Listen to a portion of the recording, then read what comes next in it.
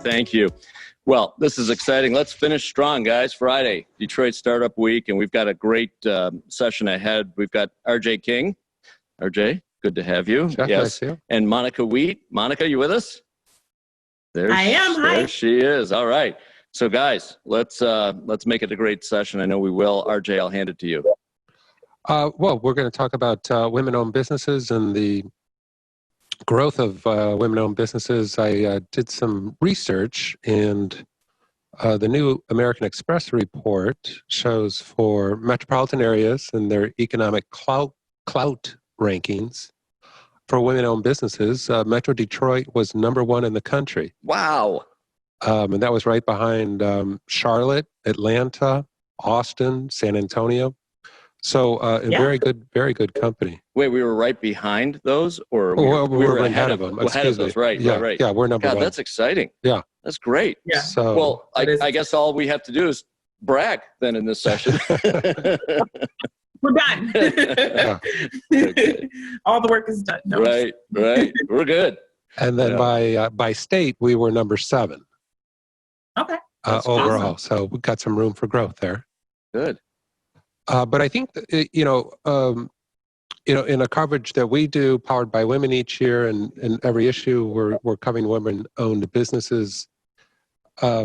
It does seem to be a lot more growth. Those businesses seem to be a lot more passionate. Business can be pretty ruthless sometimes. Yeah. But when you're with a women-owned business, or when women are running the business, you really do see a smart, well-run operation. I don't know if you've seen that too, Monica. Or? I like to think so. I think it's one of the things we talk about a lot, is just really trying to figure out how to be a good manager, and those soft skills come into play just as much as the harder skills. So definitely, I've seen a shift. I'm an engineer by trade.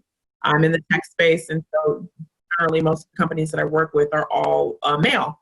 And I definitely see a shift in how the leadership operates when there's a mixture at the top from a leadership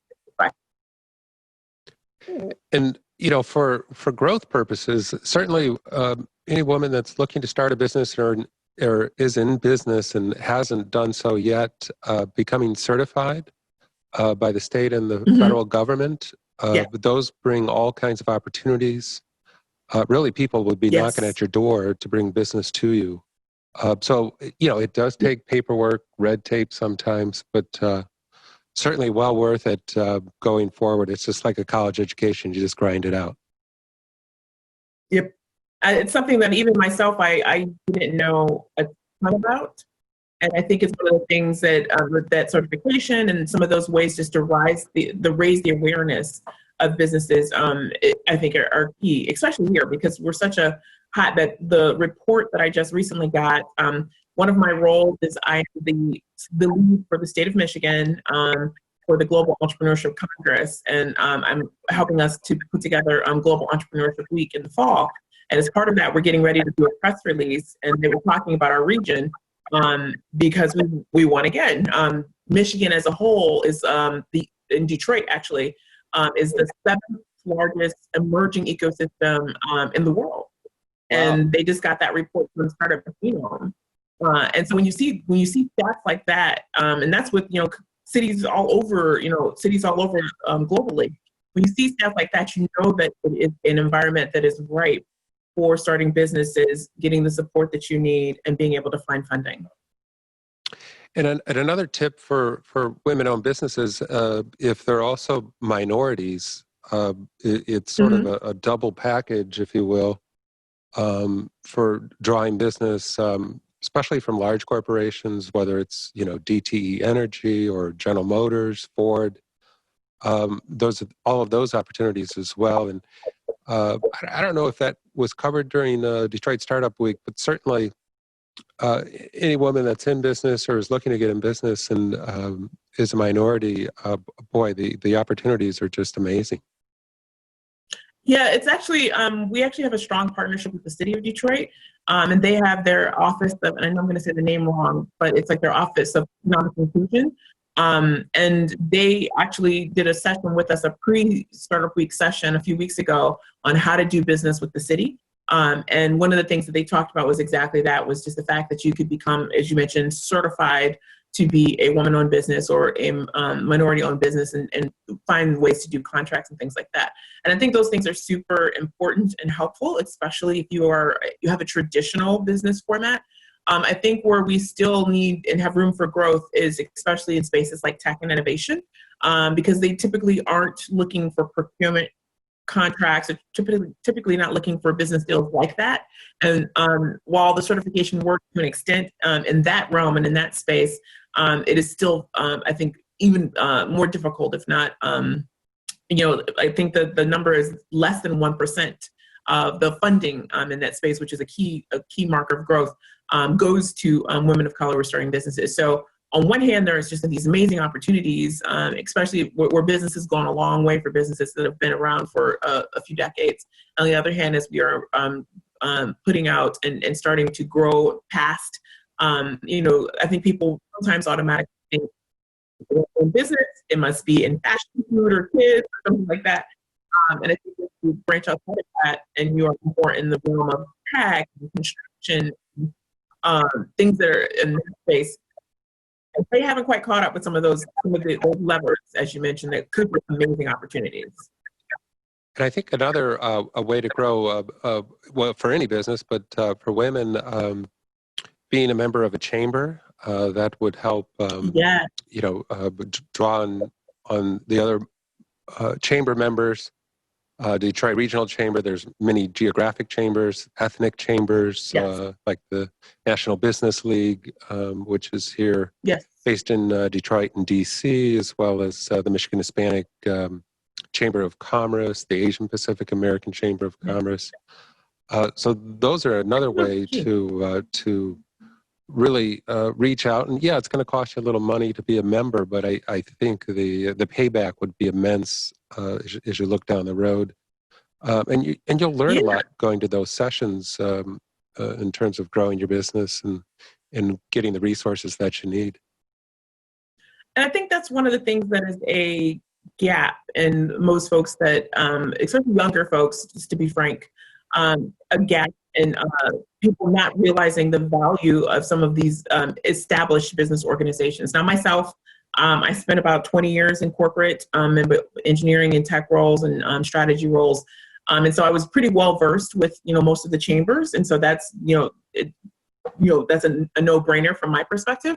But I find a lot of times when you talk to folks who are, especially those who are starting tech businesses and even just retail and small and brick and mortar businesses that are newer and starting now, they are not as aware of the benefits of belonging to a chamber. But it's actually one of the, as we talk about how to scale and grow your business, having solid relationships and getting a client that is established and that is a corporate client that has that baseline and can offer infrastructure and could potentially either underwrite or co-write, some funding or a joint purchase order or whatever it may be. Those are really key and strategic levers to grow.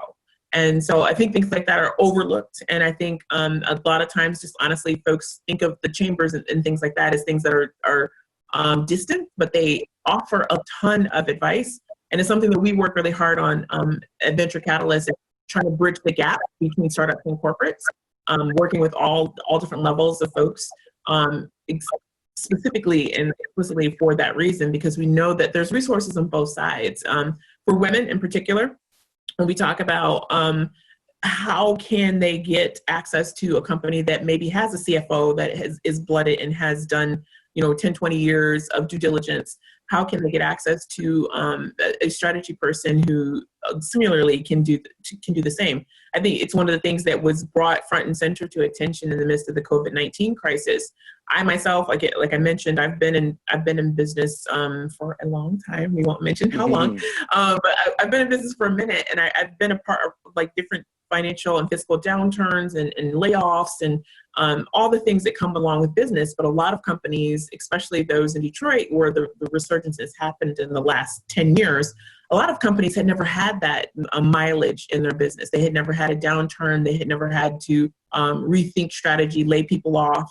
All those kind of things were super key skills that established businesses had and newer businesses didn't. So that collaboration is key. Having those people on your advisory board and in your pocket and in your circle, and being able to draw from their experience is super key in the growth aspect of building businesses, and especially for women, because you can troubleshoot and jump ahead many stages by taking advantage of partnerships, both formal and informal.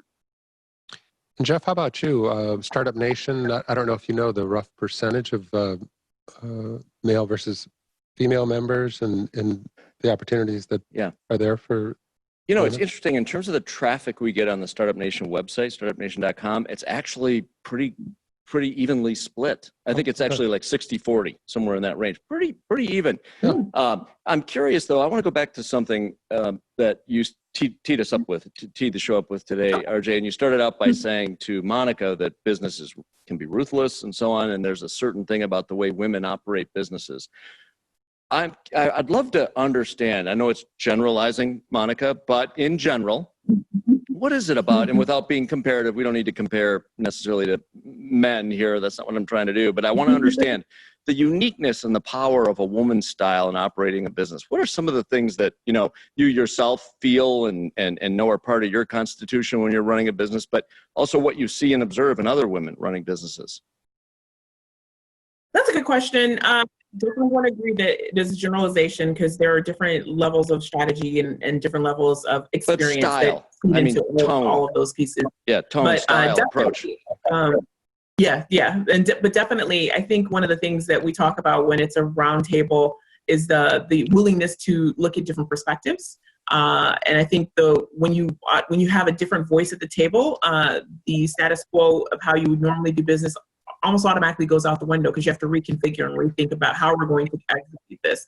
And I think that focus and that prioritization of looking at multiple points of view, I think that is something that I see innately when you have a more diverse board and more diverse leadership. I think also too, just like communications and comms, I think those vary differently as well. One of the things that we talk about is my brethren, the folks in the tech space. I'm my tribe, just in general, and that's men and women. The social and the communication aspect are some of the things that they need more help with, and that's across the board. That's something that women do bring to the table. They kind of can turn that switch on a little bit easier, especially for those who are in the tech space, because we tend to be more cerebral. We tend to be more focused. But I think that outward facing changes everything. Yeah, it's interesting. I mean, for me, of course, there are societal issues here and issues of equality and all that's extraordinarily important, obviously, but also, understanding of the power of having a woman at the helm, maybe as opposed to a man at the helm of any given business. I think it's also important to understand what the benefits of making that choice are, for someone who owns a business or I think there's power in that, and we should understand that and recognize that, and put women in that spot because they do it well, and so to understand what those unique characteristics are, I think is really, really important. Yeah, and I think I would say this too. One of the things that we talk about when we're building the economy and we're building the relationships between those who are both business owners as well as those who are coming to, they want to work for a startup or they want to work for a small business, a lot more of them are really focused on not just, is this company the hottest next thing that's going to grow and scale? They really are focused on how does this company respond to different social issues, and how does this company, what does their board makeup look like? And, and they want to be aligned with a company they think is responsible. And for some folks, they're really focused on companies that are sustainable, really focused on the environment and the planet. Other folks, it's really about humanitarian issues. Other folks, it's really about who they do business with and prioritizing doing business with folks who are really make at their ethics front and center. And I think those things are, it's one of the things that I noticed when we first, I think 10 years ago or something, we first started doing all these trainings for our executives and things like that to help them, quote unquote, understand millennials. But I think millennials are 10 years in plus now into the workforce. And I think that's one of those things where that is a common thing that they use to compare job offers. What company is it? I actually just got texted last night by two different of my mentees who were contemplating offers. Really smart kids, both top notch, all those things. One a man, one a woman, but both of them, they were 100% focused on what company is this? How do they do business? Do they have winners in the fire, if you will, that are real versus just an ad or just lip service to this persona that they want to put out there? That's super important. That's a changing face of business. When I was first starting out, I'll just be honest, people didn't care. It was a lot in my head, at least. It was a lot more ruthless, and it was a lot more really focused on work 80 out, work 80, 100 hours, if that's what you have to do, and that's the only thing that matters is these profit margins. And the face of business has changed immensely since then. And it's been fascinating to watch me both as a partner to folks who have been in business for 20, 30 years, me as a mentor to folks who are just starting in business now, and then just the broader work that we do in ecosystem development. It's just very fascinating to watch what's important and how these what would have been laughed at back in the day when we were like doing paying our dues, if you will. Those things are commonplace questions that people use to rank offers. And it's fascinating to watch how that affects business. And a lot of that does have to do with how people are perceived about some of these social issues that are in the world, because that's who they want to do business with. And I think when you go into a women-owned business, the culture is certainly very ethereal. It's very communal. There's actually plants and flowers, and it kind of looks like home, and people are just ready and willing to go. And then I think more so women-owned businesses are, to Monica's point, really out in the community more so. Helping with homeless shelters, helping the next generation in education, supporting literacy, whether it's reading or web literacy or storytelling or whatever it might be. Those skill sets you see a lot more, I think, in women-owned businesses. I mean, look at Mary Barra, following the whole spotlight on the police and the racial situations across the country. She stepped up right away and put together a task force. You cut out a little bit at the end there, but for the most part, I've seen some of that. I think we're okay. We can hear you, Monica. Yeah, we're having a little bit of a glitch in the sound. Can you hear us? For the most part, what you that in characteristics of women-owned businesses and others, I've seen they're just as ruthless as they were when we were 19. I've seen both sides. But I definitely agree. I have seen, and I'm sorry if I missed the last part of your point because it cut out a little bit. But I have seen that. I have seen that there is more of a thought of trying to figure out what is the environment they want to be. And I'll tell you this: many women that I know who were in corporate and even in corporate now, part of the reason why they went on to start their own business was the focus and the need, because they hit a glass ceiling or they wanted to create an environment like you were mentioning. They wanted to create an environment that they would be part of. Some of that is aesthetic. Some of that is social causes, your brand out in the community. Some of that is just being, the best in class, but never having got a chance to do that before because they were judged before they got a chance to go out there and compete. But all those things, for the most part, most of the women that I know who have on their own, it's usually out of frustration of the general market, and it's out of frustration of consistently being undermined or any of those things. And they are trying to create environments that they'd be proud to call and proud to showcase. And some of that is aesthetics, like I mentioned, and some of that is just really access and opportunity. Okay, we're gonna Jeff. Talking about Aria Ventures.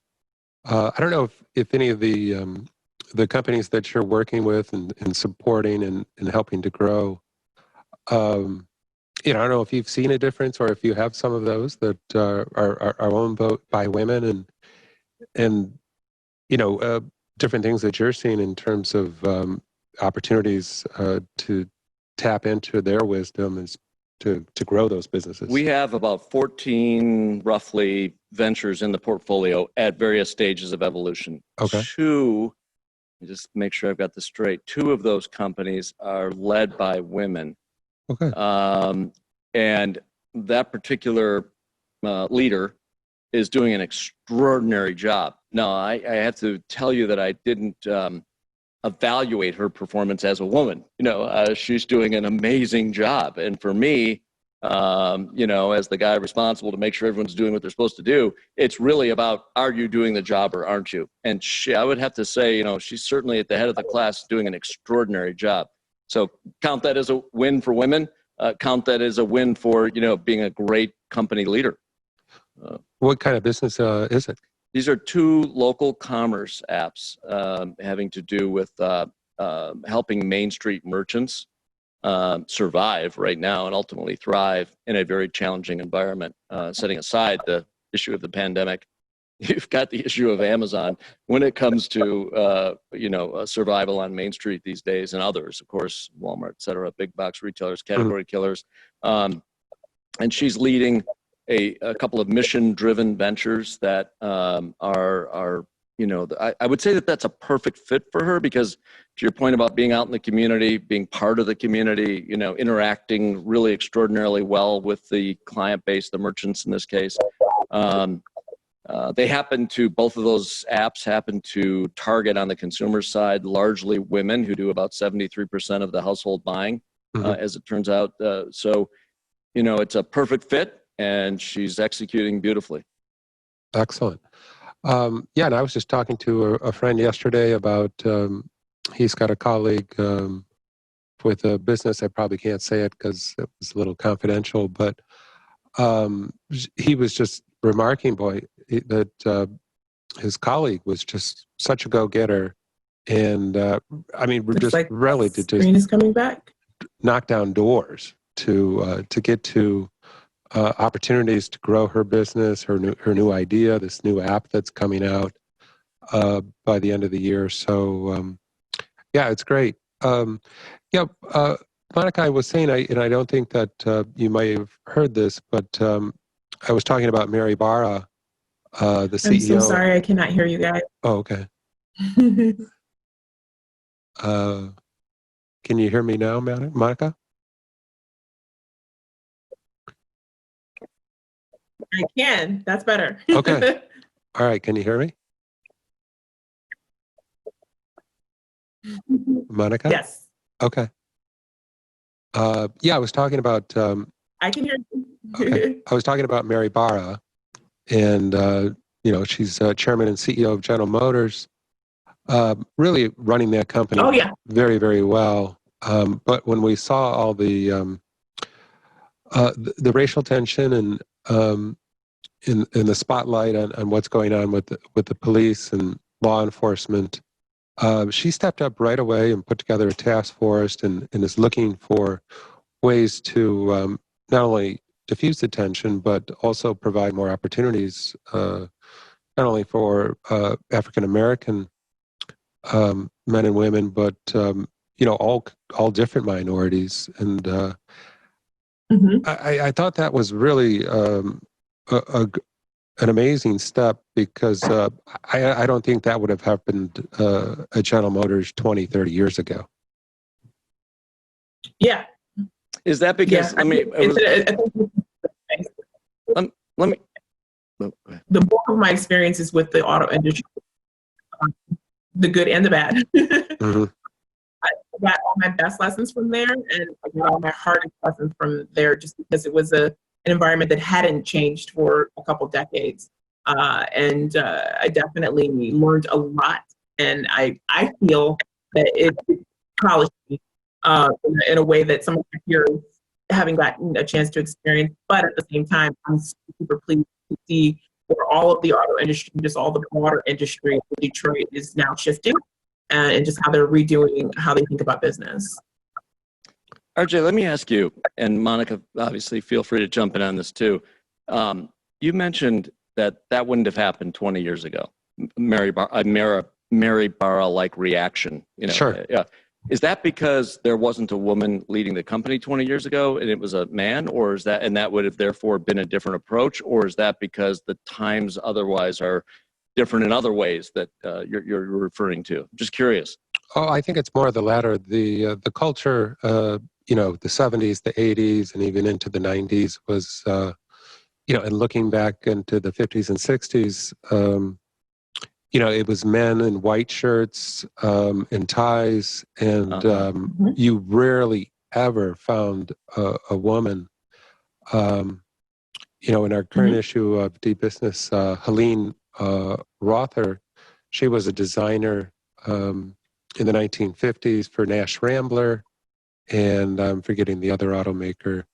But she really stirred up that pot and made an amazing speech before the Society of Automotive Engineers, and really was a trailblazer through what was a very white monolithic culture within these large corporations. Yeah. And so I think it was more so that. Interesting. Yeah. Well, it was completely different environment. Completely and that speaks to positive change, right? I mean, if we'd like it to be more immediate, but even if it's incremental, change is good. And I think these are different times. And I think, we are seeing positive change, lots of it. And hopefully we're seeing enough of it. Yeah, it's a step-by-step process. It's very much like this emergence from COVID-19. It's not going to be all of a sudden the economy's like roaring and booming. Or, you look at something like the Hudson site that is being redeveloped in downtown Detroit. I mean, that's taken, I think they blew up the building in the 90s, and it had closed in the 70s, and now we're finally starting to see very shortly here all the caissons are going to be in, and people are going to be able to see steel coming up in the next couple of years. It'll be this iconic landmark in the center of Detroit. So really looking forward to that. But I think it is this step-by-step process, and people just got to be patient. Mm-hmm. Yeah, when I'm called to consult or just be a part of conversations in the space of that, I always say the same thing. We're not always going to get it right. I personally, just knowing my experience in the world and my experience in business, I know that it's not going to be perfect or be something that everyone's going to get. But as long as we consistently try, I think that's the key. It's just consistent steps. Consistently putting effort, then that's where you can gain trust in the broader community and broader. And Monica, what other resources are out there for women-owned businesses or those ladies looking to get into business? Certainly, and I might not have the exact name correct because I don't have my list in front of me, but there's Michigan Women in Technology, which is a very strong group. And then I think Moving Women Forward, I believe is that one. Michigan Women Forward. Yes. Those are two other amazing resource opportunities for women to not only enhance their business, but start their business. Yeah, and so is Inform. I've been involved with them in the past. They're an amazing group that really focuses on, and this is where, I think it's a misnomer when folks automatically assume that, again, and it's okay, this happens, but automatically assume that being a woman in business is really about the softer edges. When I think of the Inform women, and I think about some of these other groups, they are really focused on women performing well on board seats.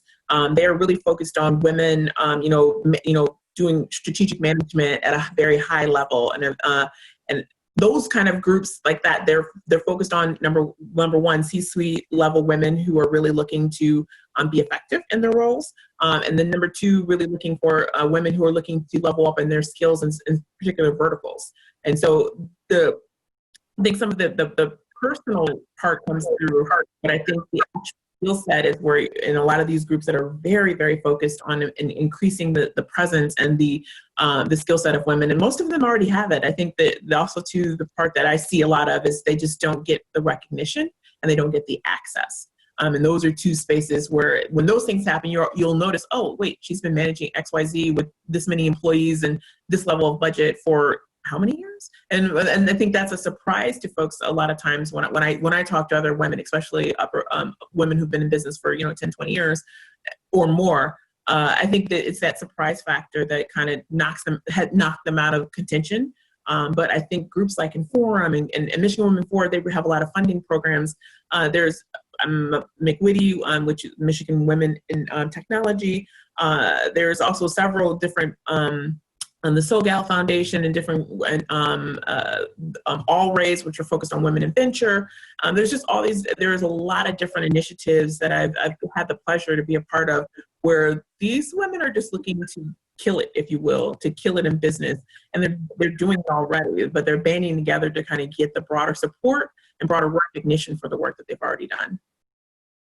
And how about, we haven't talked about funding yet, whether it's from the venture side, and Jeff's an expert on that, of course, and I'd love to hear his thoughts. But Monica, what kind of opportunities? Certainly the banks and the lending institutions, the credit unions, I think there's a lot of opportunity there too as well. I mean, you need capital to grow, of course.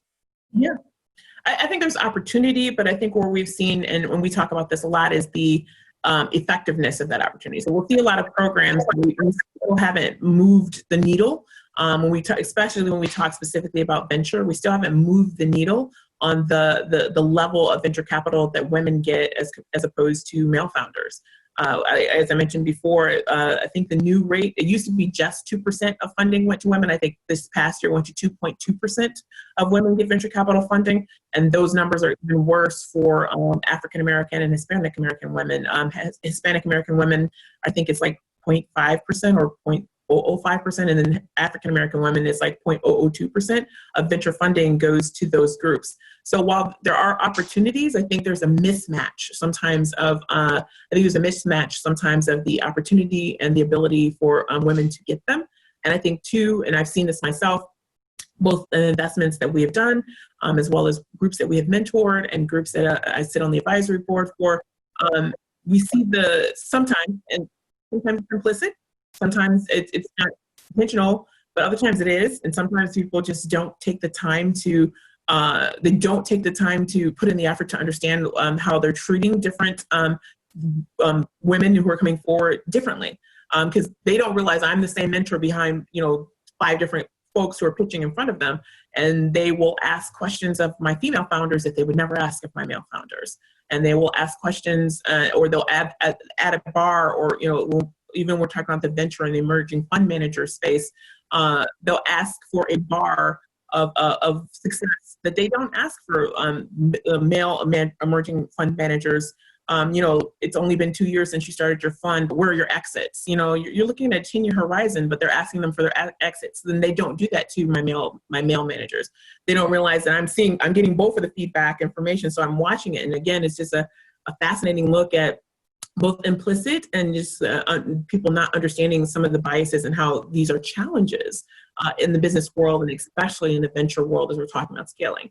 And not everyone needs to scale. You brought up a really good point as far as that there are different types of funding, especially grant funding and bank loans and things like that. I think women, in my experience, have had better success with getting grants than they have with getting venture funding. And I've seen them, to some extent, be shut out of broader, especially if there's in a business or a business space or place that is focused on a non-mainstream topic, that, they see a need and they see a niche and they can see the market potential and have proven it. But because the board that is making up the decision-making, function of, does this person get this check?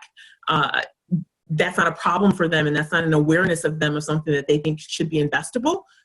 Sometimes it just doesn't match. And that's where I say, there's the opportunities there, and there's these funds and these programs, and there are the founders and the female business owners there, but there's a mismatch in how they meet up, and then how they are able to connect and actually do deal flow and actually do connections within the ecosystem. I have a question, and the spirit of this question is intended to try to really understand the problem so that it can be addressed. I've heard the statistics on women getting venture capital from the big venture firms and so on. You mentioned 2%.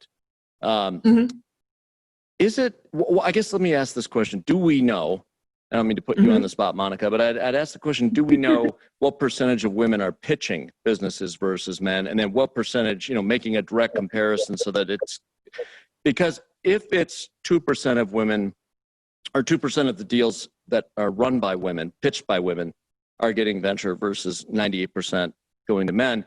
But if only 2% of the pitches come from women, then that would be a different data point than if 50% of the pitches come from women and 2% the funding goes to women. So I think, and do you know? I don't know the official stats, but I have followed a couple of studies that have actually gone in, and it's difficult to follow people from the opportunity to pitch to actual conversion to things like that. But I have followed a couple of studies that more or less correlate with those stats that are broader. But that is a fair question to say in the midst of how many are actually pitching. It's something that we talk about a lot, is that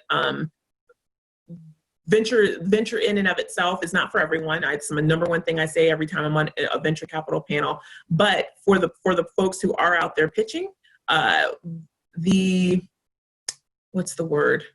Again, I've seen it because I've sat there on the board, and just being honest, a young man will come through and he doesn't have, he barely has a MVP, he barely has this, but the guy next to me will say, he reminds me of me when I was a kid, and I'm like, but she actually started something. Like she did XYZ, and she has these numbers, and they just don't have that connection because a lot of venture is based on gut and modeling and things they're intangible. And so I think it's very difficult to measure, but I think what you've brought up is a fair point. It is something to be studied and to be talked about more for sure. Yeah, and here's why I bring it up, and only why I bring it up. I bring it up because to address the problem, is the problem more is the root of the problem earlier than even the venture capital pitch, and that is just the lack of culture, lack of mentorship, lack of inspiration for maybe young women to think about going out and starting a business, let alone a venture-backed one, and going and pitching a venture firm. So maybe fewer are thinking that it could be for them. And so that's really where it all starts. And if we could solve that and have a wave of women pitching to tip the tables of women pitching versus men pitching, and then take a look at the statistics, that might be important. Frankly, for me, of course, being a man, it makes me sick to think, really, when I listen to you say that there's a panel of people that would pick a business based on it being run by a man versus a woman. I don't even comprehend that. I don't understand that. I mean, I'm looking for the best business opportunities. I want to do my job and I want to win. Sure. I would love to pick a one. I don't look at it and say, I love that business and I really don't like that one, but that one's run by a man, that one's run by a woman. I'm going with my good old boy over here instead of, I can't comprehend that. I don't think anybody, and here's the thing, when we talk about these issues, I don't think anyone specifically, I don't think that's the trend in their head. Not everyone. Some of them, some folks are like that. Yeah. But in general, I myself have been asked, like in the midst of pitches and things like that, like questions that I know they didn't ask the folks, like, well, are you going to have kids anytime soon? Well, are you going to have this? These kind of these asinine, like, how does that have anything to do with this idea? Look, I hear that have traction on this kind of thing. So, and I've seen that same feedback come to from female founders who come to me and pitch folks. I've seen also too. We had a male and female team. They were co-founders, and one of our older, well-established mentors, went over to the team and said, you should let him do all the pitching because people will believe him and they won't believe you. And there's a note there that says, okay, maybe he's thinking she's the stronger pitcher, but then he goes, you're the stronger speaker, but people will believe a man. And I'm like, that's unbelievable. I mean, it's sick to think. Again, I guess that's a statement about society. We've got a lot of work to do, no question. Sure. But But I was curious about I think there really needs to be, we need to start early, and young women need to understand this is a choice that they have, and hopefully inspire them and encourage them and support them to make that choice, and have more women doing this because as you say, I think they do make very effective leaders, and so we'd love to support more of that. Please call on us. I can tell you that. We'd love to. I always say the same thing. Like I would say 90% of the people that I've got in my circle and that I do business with are good people. They just don't know any differently. They're focused on, again, the way that they've always done things. And it is a rarity to see sometimes a woman in a room or a woman in line to pitch or to be a part of that, to your point. Yep. And it's one of the things like we talk a lot about from both the minority perspective and the female perspective. You can't be what you don't see. So while there's a small amount of folks in the room pitching, that's even a smaller amount of folks who you're seeing as a possibility to follow their path. And so I agree with you. And that's where a lot of the work that we do with Detroit Startup Week, with Venture Catalyst, with a lot of our partner groups is really focused on giving those opportunities and helping them understand that, folks who've never been exposed to the space, really understanding the nuts and bolts of that venture space. Yeah.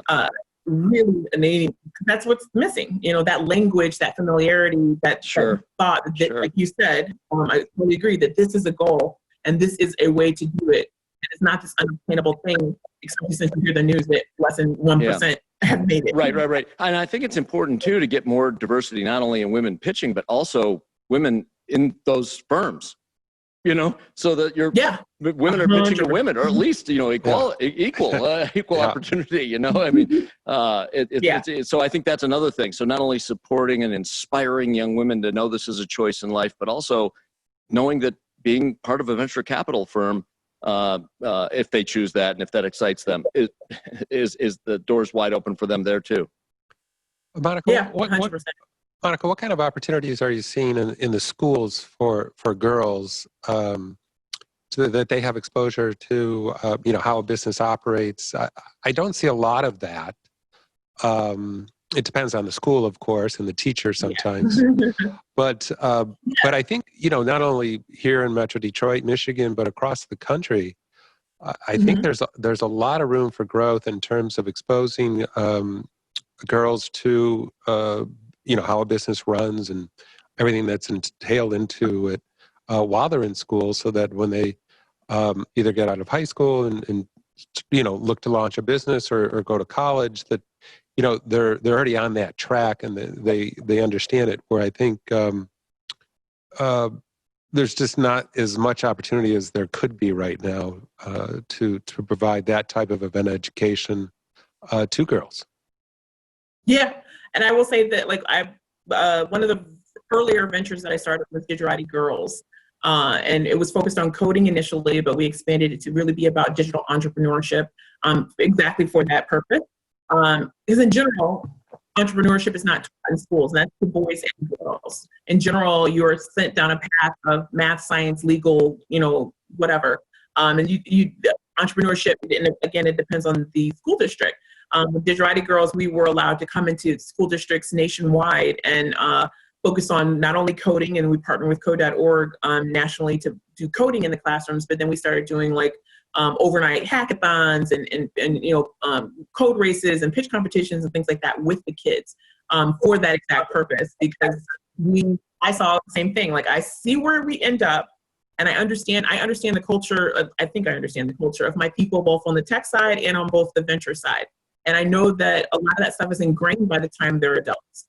So I know that if they get exposure earlier, then they will know they'll understand how we socialize. They'll understand how we speak. They'll understand, how to go into a room and have a conversation. They'll understand all of these pieces, and they'll be more comfortable trying it. So for me, I agree with you 100%.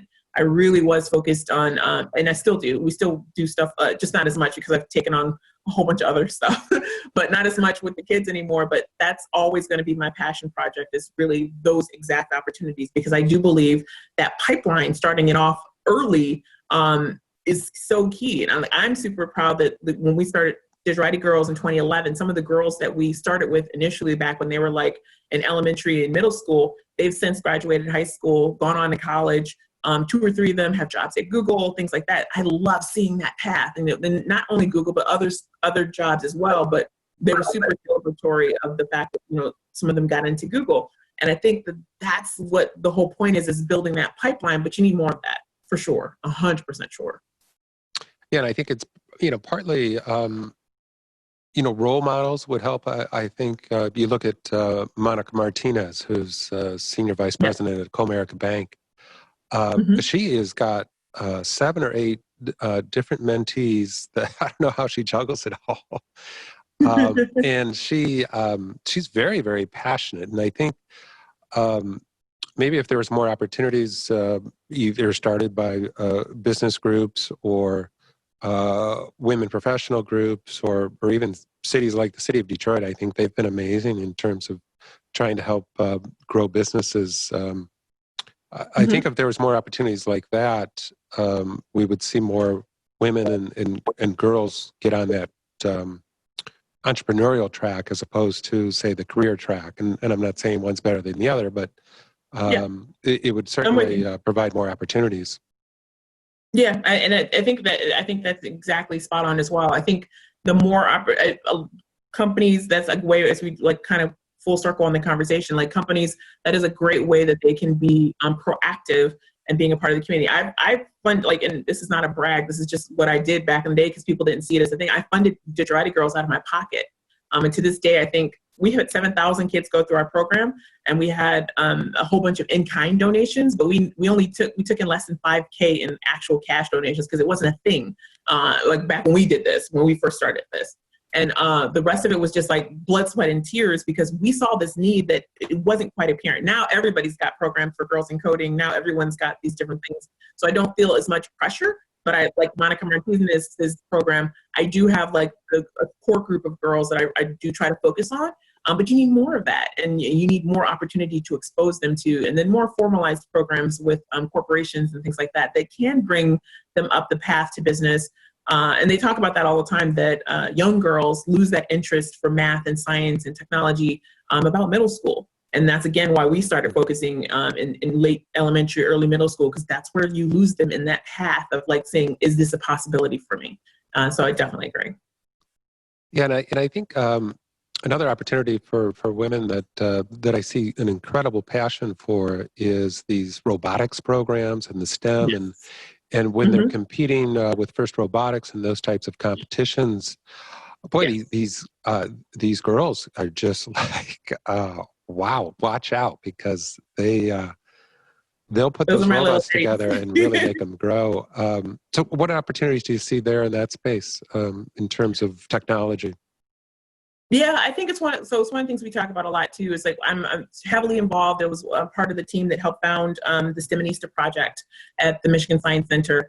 And they do Digital Girls. We were like embedded there, and we still do things with them from time to time, and we're looking to do some stuff coming up. But projects like that rotate through, like some are robotics, some we did AR, VR with them. We've done coding with them. We've done several like overnight programs and things like that. And I just see those as key places and ways where people don't think about technology. And I always tell the story that when I was in school and I was first learning to code or even thinking about coding, it was unintentional, but it was just the way that it was always done. I still remember to this day that the initial thoughts of coding in business and like digital entrepreneurship and all that stuff, the examples were things that didn't relate to me at all. The examples were things of like, okay, we're going to learn coding, but we're going to learn it through like this baseball scoring program. So you take all these variables about how baseball scores are calculated. We're going to do a program that does it automated and blah, blah, blah. And we're going through this thing.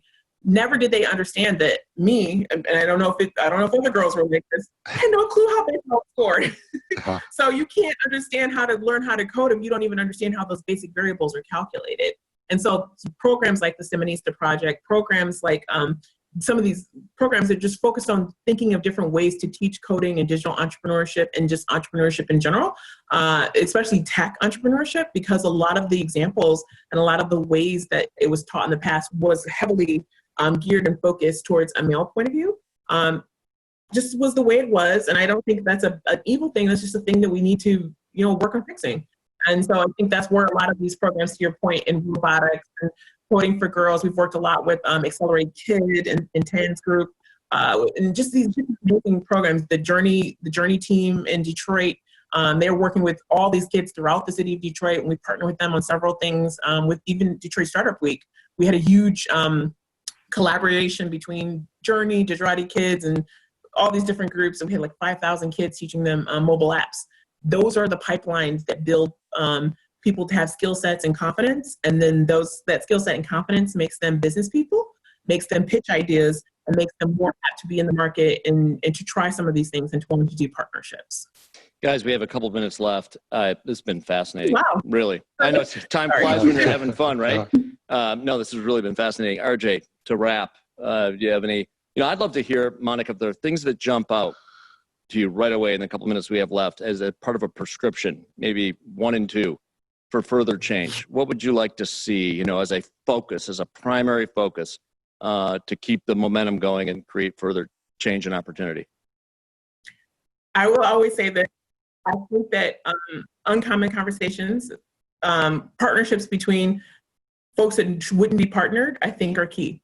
I think the more uncomfortable conversations that you have, the less strife you have, and the more willingly then you'll go into the next room with a broader mindset. So having a very older, maybe traditional white male, tech person take on 5 or 6 young Black girls, and they just have those conversations. I think going through that process changes the conversation and changes the game. The second thing I think is definitely access. It's a broad topic, but it's the key. It's like really thinking through what can you do to do access. It doesn't always have to be cash, but cash is definitely helpful to a lot of these nonprofit programs, a lot of these business training programs, and a lot of the companies that are that are scaling and looking for venture and investment. But access can be other things too. So really thinking through who's in your Rolodex. I know so many folks who have 20 and 30-year relationships with folks who would be a perfect match, but there's a gap between the network. There's a gap between the social networks. There's a gap between the social norms. So anything that allows us to collaborate on building networks and building awareness of other folks. Like I said, not really understanding that, not all women are in this box, that, this is the way they operate. And then even women and or younger folks and or folks that, are traditionally don't get the same access, not understanding that folks who've been in business for 10 and 20, 30 years and have been the standard keepers, if you will, there's value there. I think there's just this huge gap between the two communities. And the more we can do to bridge the gap between the communities, that's where innovation happens, that's where partnerships happen and growth. And I think just really being creative and thinking about that and open and thinking about that are the keys. We have a ton of programs, but there's still programs of, people who look like me teaching people who look like me, which is great. But there still needs to be that collaboration, because that's the next step that we're going to need to, really have monumental change. My opinion. RJ, Monica for president. Yeah, it's got my vote. I'm having fun. Well, having grown up in a family, I have 6 sisters. They're all, professionals. None are entrepreneurs, so to speak, and lots of nieces and nephews. But I think, women and just in general, you just don't be down on yourself. Just knock on that door. And it's going to be a little nervous and nerve-wracking in the beginning. But once you get comfortable, these companies have got these amazing programs. Like I said, women certified businesses are just amazing. And then on top of it, if you have the minority status, you really have, it's like you got these twin engines behind you. All you got to do is just hit that throttle and go. And I think women don't really think of it that way, but they've got so much momentum behind them. And all they got to do is be a little aggressive in a nice way. And I think they'll see doors open for them, and they can learn along the way. There's no problem with that, but getting the business is the key. Well, that's great. I love the metaphor of, instead of having to knock down walls, just go through that door. Mm-hmm. Not easy. Don't mean to trivialize that, but I love that metaphor. That's great. All right. Well, thank you both. It was a great session. Really amazing. Thank you. Thank you guys. Yeah.